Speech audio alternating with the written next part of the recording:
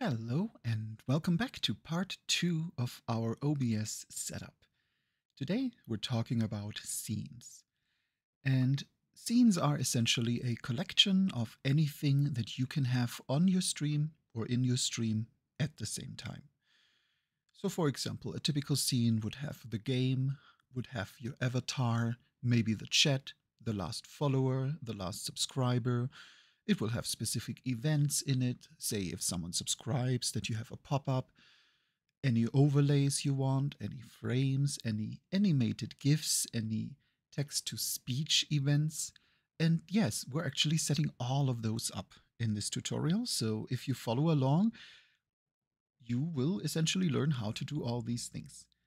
But one thing that's important to understand about how scenes is how they work and how you can make them more efficient by embedding them. So to start with that, we're gonna make two normal scenes just to give you an idea on how these scenes can be used. So in this case, I have a scene called intro, and you can just drag and drop them if you want to rearrange them, and a scene called gaming. So now all we need would be stuff to put in there. And I'm gonna skip that setup a little because we're gonna go into that into a lot more detail later. For now, it's just for demonstration reasons. So 1 second. So here we go. I have now added a third scene called chatting. And into my gaming scene, I placed 3 placeholders. Essentially, I'm just doing this to demonstrate how you can do it, but why you shouldn't do it that way. And I'm gonna explain this shortly. So if you look at this, I now have my chat, I have my last follower and my last subscriber. The big problem I have is if I want this to appear on both the gaming and the chatting scene, I would have to copy these, go to the other screen, and paste as a reference. And the reason I am doing this is because if I paste it as a reference and I change anything about this, so for example, it would help if I spell correctly, then it will also change on the other scene. However, what if I just, move these a little? If I now go between the scenes, you'll suddenly see that things are no longer where they used to be. Things break, things are missing, and a big reason for this is using these individual scenes with individual elements in it. So to give you a very good example, I had a single scene in the past, and this scene was filled to the brim with sounds and events and pretty much anything you can scram into this. The problem is that OBS doesn't handle this well. So to be future-proof, what you want to do is you want to embed scenes. And I'm going to demonstrate this in a very simple way here.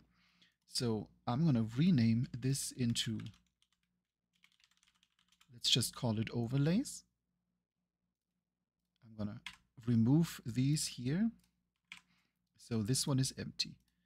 So we now have a scene called overlays and a scene called chatting. And the big key is what I can do here is I can add a scene. And by adding the overlay scene, I see everything that's in this scene, but I can't modify it. I only get the complete overall result. No, I shouldn't have moved this, and I did turn the snapping off, so that is on me. Let's go to the settings and turn that on real quick, if I remember where it was. But that's why I'm doing this live, because I feel like it helps to see that, yes, even if you've done this for a year, you're still gonna make minor mistakes. It happens all the time. Where was the snapping? There, right in front of me. Now let's snap it back in. And as you can see, the big benefit here is that anything I change here, anything I move or affect here, will just carry over because it uses the scene as is. And this is one of the biggest changes that I can suggest to everyone because it will greatly improve your performance. It will greatly limit how many issues you run into, and it just makes it so much easier to set up. So we're now going to work on this setup. I'm actually going to delete these 3 scenes and start from scratch. And then let's make a new one and actually start with calling it gaming. So by default, I usually used to have 2 scenes. I usually have an intro / pre-roll and a gaming. However, with this setup, that is no longer needed. We can actually, let's just call it main to pin down that this is the only scene we will be working with. So now we create a new scene. Let's call this scene the audio inputs. And let's make a second and let's call it game inputs. And you will quickly see why I do this. For that, I'm going to start a game. And I have returned. Now running 2 random games in the background. The ever amazing Plastic Duck Simulator. And on top of that, Prison Architect. And the reason I'm running Prison Architect in a window is to exactly show why this setup is preferable. So I have my 3 scenes created. I have a main, a audio inputs, and a game inputs. And what I now do into the game input is I add the game. And whenever you want to add a game, you should always add either a game capture or a window capture. Game capture is the normal. Game capture would trigger anything that runs on DirectX or Direct Draw, but in some cases you might have to do a window capture.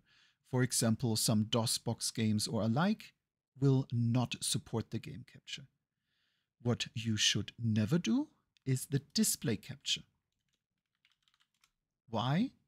Because a display capture will share anything and everything that is on your screen at any given time. If you switch over to your browser and it shows your search history, that will be on stream. The way we set this up is to make sure you never have to reveal these things. So we cancel the desktop capture. Let's delete that right away. And then add a new game capture. And what I do here is that I name each of the game captures after the game it's for. Sometimes you might have to capture any full screen application, but in most cases you want to capture a specific window and select the specific window that you want to capture. The most important setting here, most of them you can leave as is capture cursor. Is it a game where you want to see the cursor, say a real-time strategy game or a puzzle game? Leave it on. Is it a game where you don't? Say it's a first-person shooter, turn it off. As simple as that. So now we have one game. Now let's add the other. Same story. We're going to do exactly the same. And then I'll show you why I did it this way. Because anyone who often works with different games knows how annoying it is to switch the game.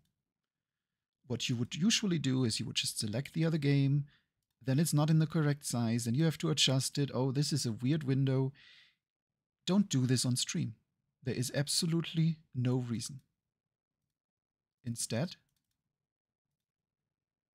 what you can do is you can preset this for every single game, set the game up exactly how you want it,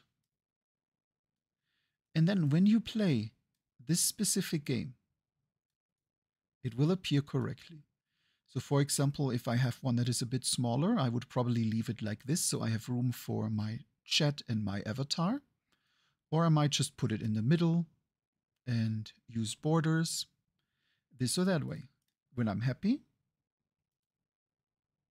all I have to do is I add the game input scene to my main screen.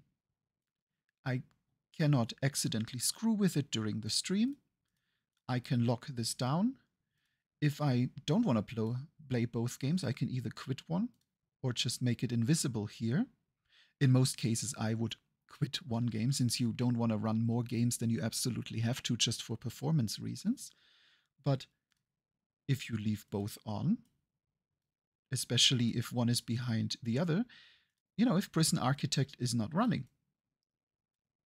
it should be self-explanatory, but in case it is not, now it won't let me move. I should only mark one. There we go.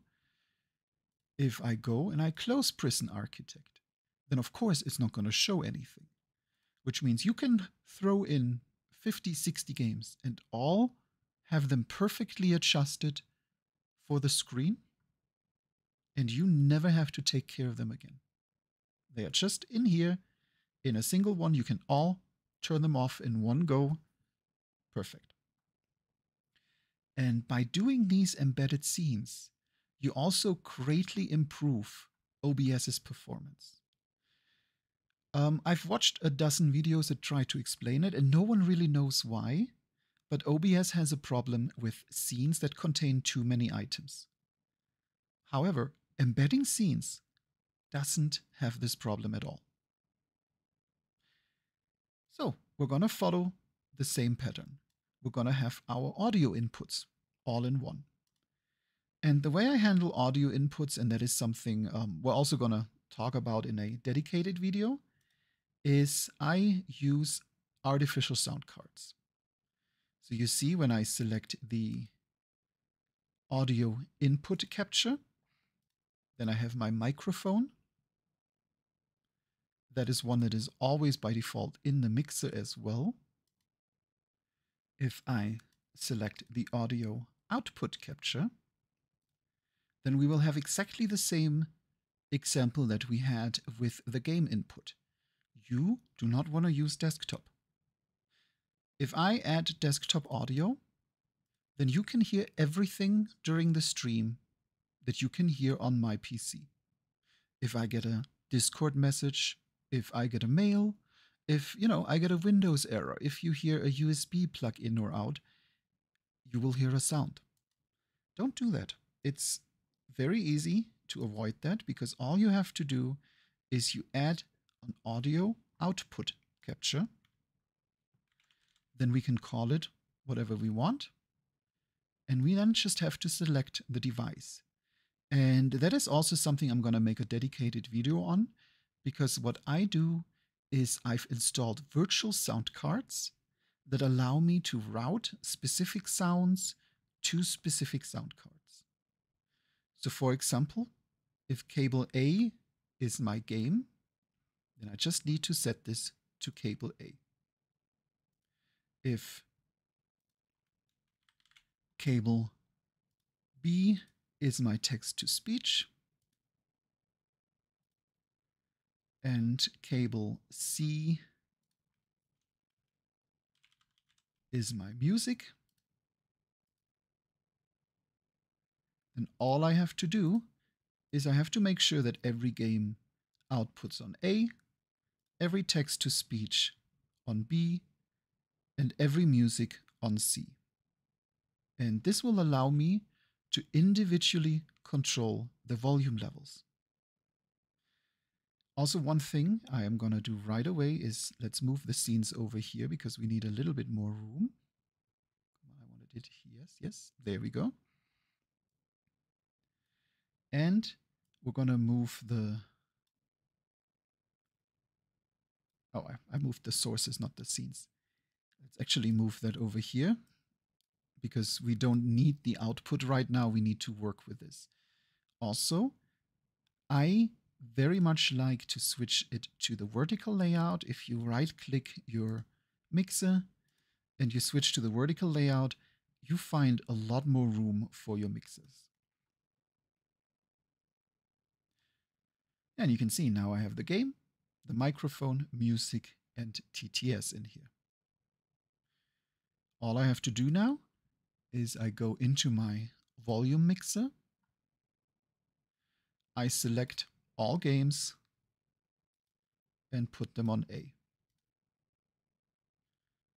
In this case, I only have one because I closed Prison Architect, but I do this for all games. Every text-to-speech that runs, I put on B, and every music on C. But those are subjects we're gonna get into in detail later on. So now you can see that I have my game soundtrack separate here, which is currently peaking left and right, quite literally. So let's lower the volume. So we have an acceptable level in comparison to the microphone. And one detail that is really important if you use this is to go into the advanced audio properties. I suggest to disable the active sources only, and any source you also want to hear,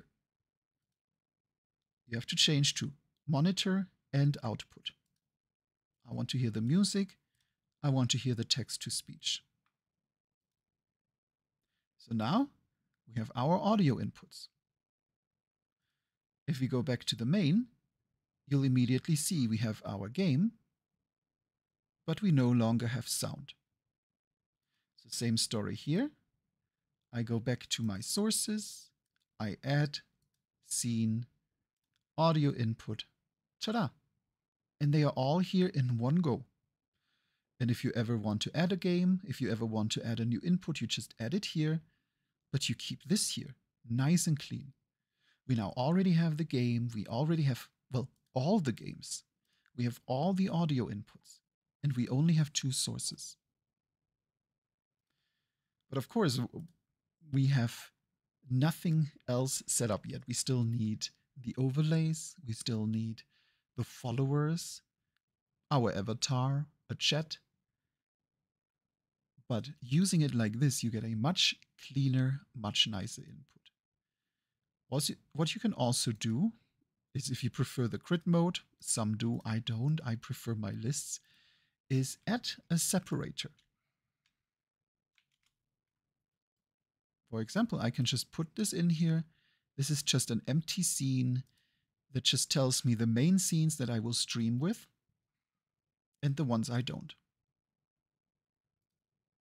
And yeah, there is no reason not to have a second scene. Say if you play PC games, but you also play VR games, then you might want your avatar in a different position, or you might not want an avatar because many VR games have it on screen if you have a third-person camera. Or you want different inputs, or you want, the chat in a different position. All you have to do is you just make a new scene. You add your existing audio input and game input. And already do you have everything you need to get started. So I think this explains a little on why the nested scenes make your life so much easier. But now we need things to fill in here. And before we're going to go into more details for the scenes, let's find things to put in. This means we're now going to trail a little bit off. I'm going to leave a comment below if you just want to know how to set up OBS, where to continue, because we're now heading over to Unity, VSeeFace, and VTuber Plus to learn how to put the character that you are into your stream. And for that, I'll talk to you shortly. Bye-bye.